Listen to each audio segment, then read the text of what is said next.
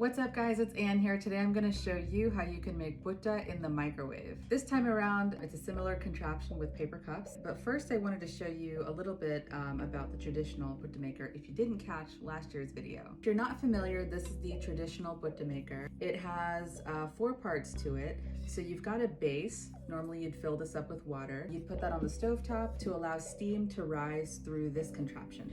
It has a lid that has perforated holes on the top so steam can escape. There's a disc in here that has perforated holes in it, and that is where steam rises from the bottom. So we're gonna kind of mimic that same situation going on here using a paper cup and a wet paper towel. So what I've got here is just a standard paper Dixie cup. Make sure whatever cup you're using, it's microwave safe. I've gone ahead and I've stuck 3 holes or so at the bottom. That's probably about 6 holes in the bottom, but just enough to let some steam escape from here.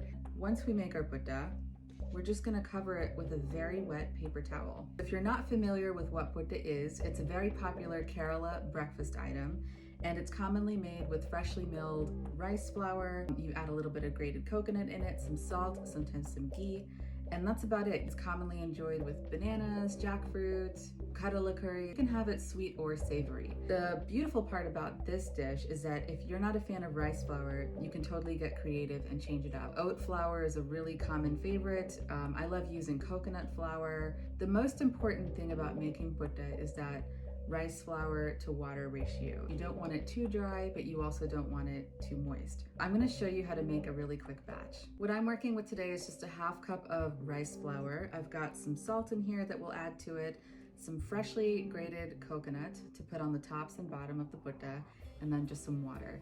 So the key to making this is really just to get your hands in. You really want to feel the texture, and I'll show you some tricks on how you can tell that you're ready to steam the putta. I'm gonna go ahead and put my hands in here and add water little by little. Now there's really no perfect measurement for this. You really need to eyeball it. This was the chore that my mom would give me when I was that little girl bugging her in the kitchen for something to do. She would say, go ahead and get the water and rice flour together so that you start to see these little balls, and then anytime you see these clumps form, crush those balls together because you want this as fine as possible. I've started to get these little clumps. You can see that there's some that are a little bit bigger than others. I'm gonna keep breaking those down. Maybe a little bit more water. And while you're mixing at this point too, is a good time to add about a pinch or 2 of salt. And if you had some nice soft ghee, I would go ahead and add it in here too. I actually don't have any today, so I'm gonna skip that, but it adds a really lovely flavor. It's a bit therapeutic just to sit here in the morning and just crush this up. But here's the key to knowing that you've added enough water and rice flour. So I was taught just take a clump of it. If it holds together, but then breaks apart easily, almost like wet sand, then it's ready. If it's holding on too much to where it almost feels like you've got dough in your hands, then you should just add a little bit more rice flour. If it's not holding together, then obviously add more water. So that's always been my indicator to know that it's ready to steam. I have crumbled this down just enough, and now it's time to assemble our makeshift steamer cup. So again, I've just got this regular paper cup. It's microwave safe. I've already tested this. And I've just poked a couple of holes at the bottom, and then we're gonna cover this with a paper towel.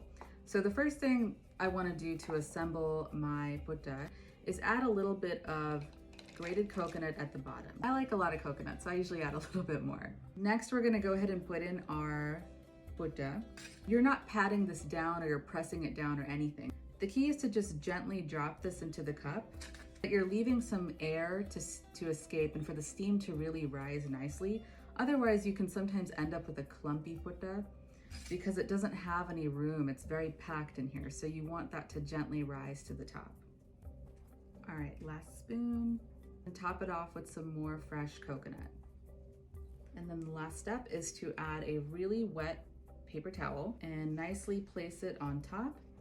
And then I'm gonna go stick this in the microwave for about 90 seconds. All right, now for the moment of truth. I've got this steaming cup that came out of the microwave after 90 seconds. I'm gonna very carefully take my plate. Let's do this up close. There she is. Putta ready in 90 seconds.